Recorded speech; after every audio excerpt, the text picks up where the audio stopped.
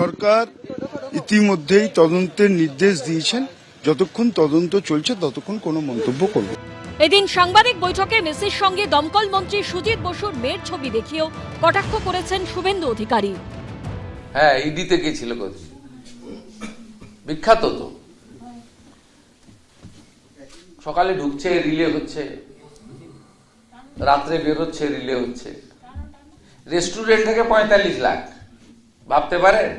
রেস্টুরেন্টে পৌঁছে গেছে তদন্ত করতে, ওখান থেকে 45 লাখ। তাহলে বাথরুমে গেলে কত পাওয়া যেত? এই প্রসঙ্গে সুজিত বসু বলেছেন, শনিবারের ঘটনা নিয়ে মুখ্যমন্ত্রী তদন্ত কমিটি গঠন করেছেন, তাই এই নিয়ে কোনো মন্তব্য করব না। এদিন মেসির সঙ্গে তৃণমূল মুখপাত্র রিজু দত্তের ছবি দেখিয়েও নিশানা করেন শুভেন্দু অধিকারী। আর ইনি বড় বড় কথা বলেন,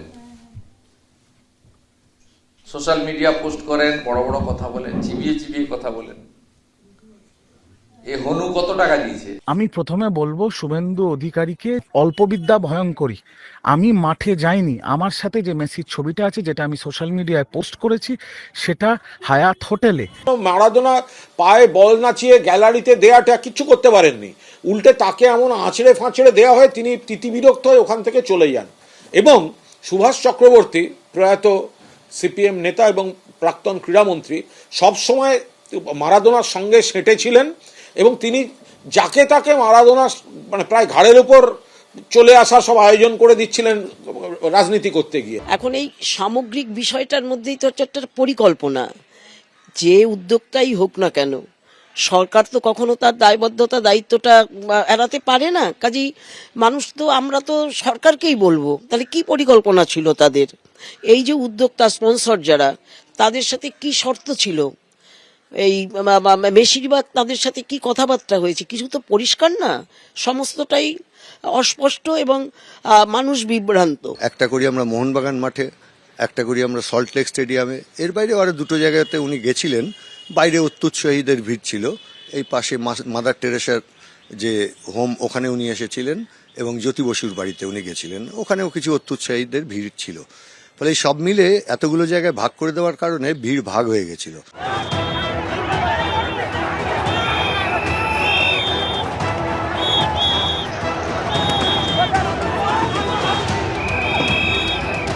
আজকে নেতা মন্ত্রী মুখ ছাড়া আর একজন হিরোইনের মুখ ছাড়া আমি কাউকে দেখতে পাইনি। ফুটবল সম্রাটকে এক ঝলক দেখতে এসেছিলেন। মেসির পায়ের জাদু সচক্ষে দেখার স্বাদ ছিল। হাজার হাজার টাকা টিকিটও কেটেছিলেন, ঘন্টার পর ঘন্টা অপেক্ষাও করেছিলেন। আর ফুটবলের রাজপুত্র লিওনেল মেসিকে ঘিরে থাকলেন রাজনৈতিক দলের নেতা, মন্ত্রী, সেলিব্রিটিরা। আর ফুটবল ভক্ত সাধারণ মানুষ থেকে গেছেন সেই বঞ্চিতর তালিকায়।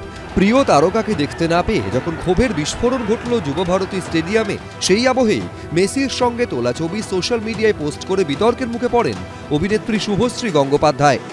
সোশ্যাল মিডিয়ায় কটাক্ষের শিকার হন তিনি। এদিন সাংবাদিক বৈঠকেও সেই ছবি তুলে ধরেন বিরোধী দলনেতা শুভেন্দু অধিকারী। মেসি 20 মিনিট থেকে চলে যেতে বাধ্য হলেন অরূপ বিশ্বাস এবং মুখ্যমন্ত্রীর পরিবার, অরূপ বিশ্বাস এবং সুজিত বসুর পরিবারের অত্যাচারে।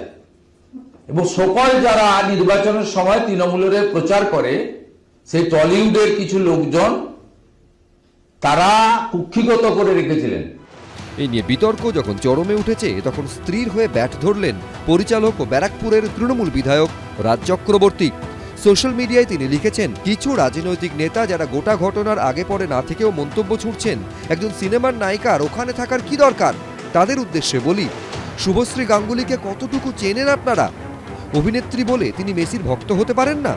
স্ত্রীর সম্পর্কে রাজ আরও লিখেছেন, সবকিছুর ওপর তিনি একজন মানুষ, কিন্তু এক্ষেত্রে মানবিকতার সমস্ত পরিসীমা পেরিয়ে অভিনেত্রী শুভশ্রী গাঙ্গুলিকে টার্গেট করে মিম তৈরি করছেন, ট্রোল করছেন, একটা অল্টারনেট ন্যারেটিভ তৈরি করছেন রাজনৈতিক নেতারা এবং কিছু সংখ্যক মিডিয়া।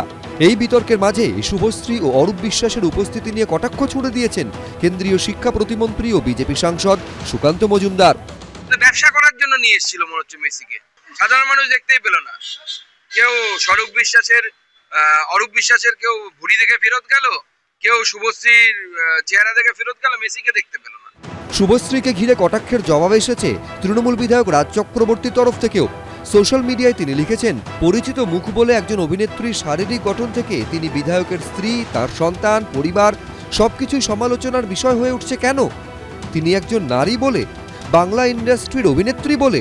যদি কোনো বলিউডের পরিচিত মুখ থাকতেন, আপনাদের ন্যারেটিভ এমনই হতো।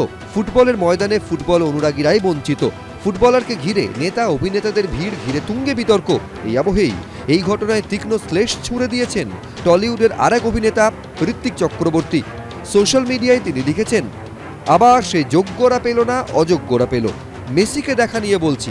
দীপক ঘোষ, রঞ্জিত সাউ, এবিপি আনন্দ, কলকাতা।